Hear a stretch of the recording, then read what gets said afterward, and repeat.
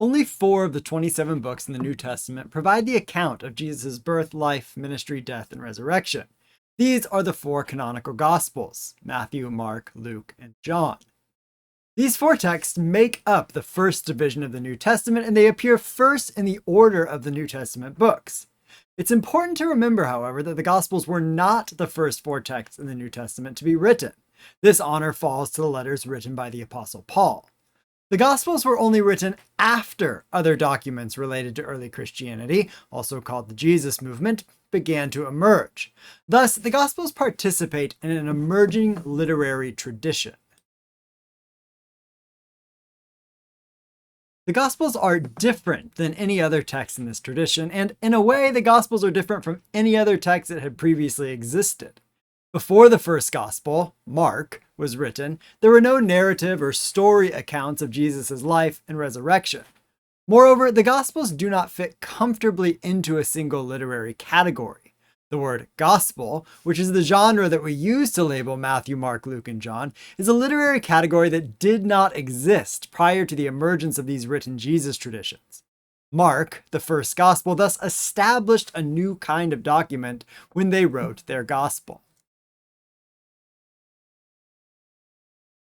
We might begin to get at what the Gospels in the New Testament are by saying what it is that they are not.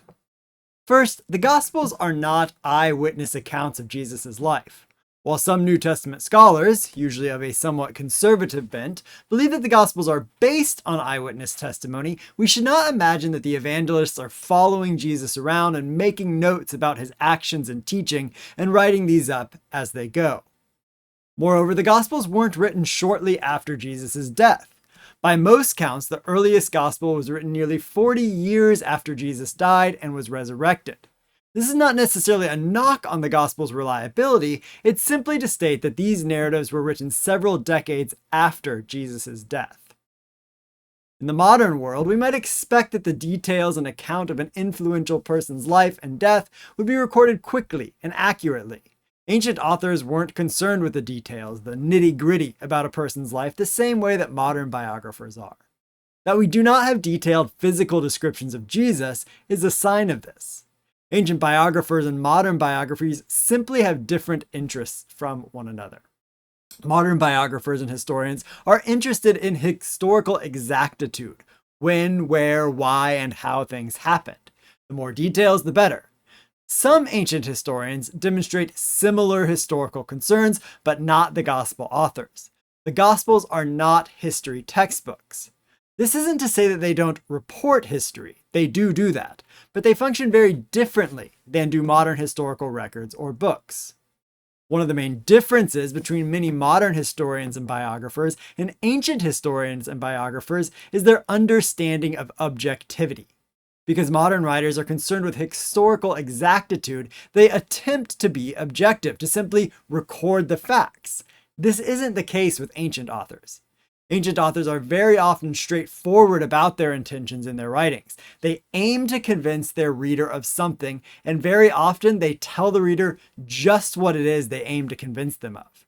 We see this at the end of the Gospel of John, in chapter 20, verses 30 and 31, where the author says that the things written in the Gospel have the purpose that readers might believe that Jesus is the Christ, the Son of God.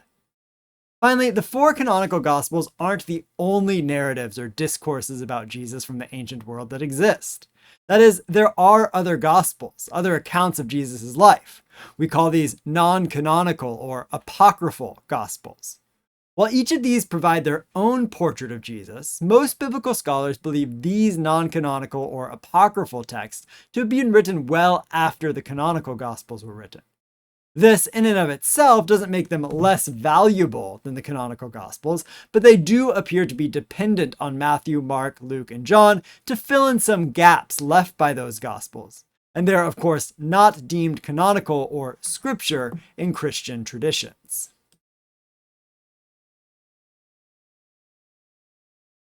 Having talked about what the Gospels aren't, we can now say some things about what the Gospels are. We've already mentioned that the Gospels are not eyewitness testimonies. They don't presume to tell the tale of Jesus live as it is unfolding before a witness's eyes. In fact, the Gospels themselves tell us very little about their authors. Each of the four Gospels is, strictly speaking, anonymous. That is, none of the four state the name of the person who wrote the narrative. The attributions to Matthew, Mark, Luke, and John are all secondary, and those attributions are not made anywhere in the text of the Gospels themselves. Rather, they appear in the later titles, Gospel of Mark, Gospel of Matthew, and so on. We've also already noted that the Gospels weren't written immediately after Jesus' death. Rather, they were completed several decades later. The first Gospel to be written, the Gospel of Mark, was written sometime around 70 CE, when the Jewish temple in Jerusalem was destroyed. The other three, Matthew, Luke, and John, were all written in the decades following Mark's composition. The word gospel literally means good news. In the ancient world, this was the primary connotation of the term gospel. Gospel didn't come to indicate a literary genre until after the Gospels were written. Notably, only the Gospel of Mark labels itself a gospel, and by this it might indicate that it contains orally proclaimed traditions about Jesus that were considered good news to early Christians. In this way, the Gospel of Mark especially, but also the other three Gospels, are related to oral traditions about Jesus. But the term good news also has connections to Israel's prophetic tradition. While there's a lot of bad news from the Lord and the prophets, there's also a lot of good news. The words used for this good news, which came spoken from the Lord through the prophets, was directly related to the term gospel.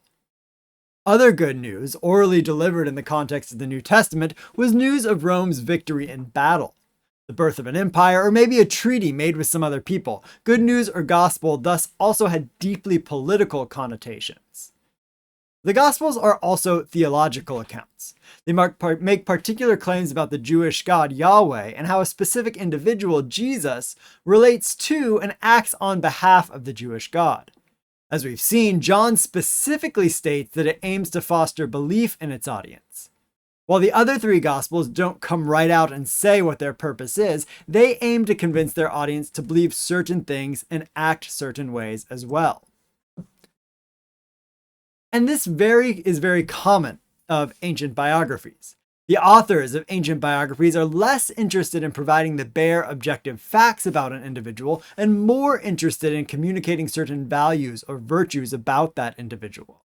They hope that, having experienced their biography, the audience will walk away thinking certain things about the central figure in the biography. The Gospels share other features in common with ancient biographies. They're extended narratives focused on a single individual whose actions drive forward the story. As far as ancient genres go, the Gospels have their closest affinities with ancient biographies, also called bioi in the plural and a bios in the singular. These four ancient biographic accounts of Jesus' life are related to one another literarily. Three of the Gospels, Matthew, Mark, and Luke, are called the Synoptic Gospels because, as the word synoptic implies, they can be seen together. That is, the different episodes in these Gospels can be put side by side. When we put them side by side, it becomes very clear that the Gospels are using materials from other Gospels. The nature of this literary relationship and which Gospel is pulling material from which is known as the synoptic problem. While John doesn't contain the same strong literary parallels that Matthew, Mark, and Luke do, more and more New Testament scholars are becoming convinced that the author of the Gospel of John knew of the existence of at least one other Gospel account, if not more. While the Gospels are related to one another literarily, they also do not tell exactly the same story nor paint exactly the same portrait. In the canonical Gospels, we get four different but related portraits of Jesus. We can thus speak of Matthew's Jesus, who focuses on Jesus' extensive teaching, Mark's Jesus, who focuses on Jesus' powerful deeds, Luke's Jesus, who presents Jesus as the champion of the poor, lowly, and downtrodden, and John's Jesus, who explicitly makes Jesus divine. The Gospel writers create their own portraits of Jesus not only by writing their own unique materials, there is content unique to Matthew, Mark, Luke, and John respectively, but also by how they arrange and edit the literary materials that they have inherited. We can think of the Gospels as compilations of different kinds of literary materials. They contain different sorts of stuff. Stories of Jesus' birth, stories about the exorcisms, healings, and natural wonders he performed, accounts of his teaching in various forms, sayings, pronouncements, and short stories, as well as accounts of his suffering, death, and resurrection.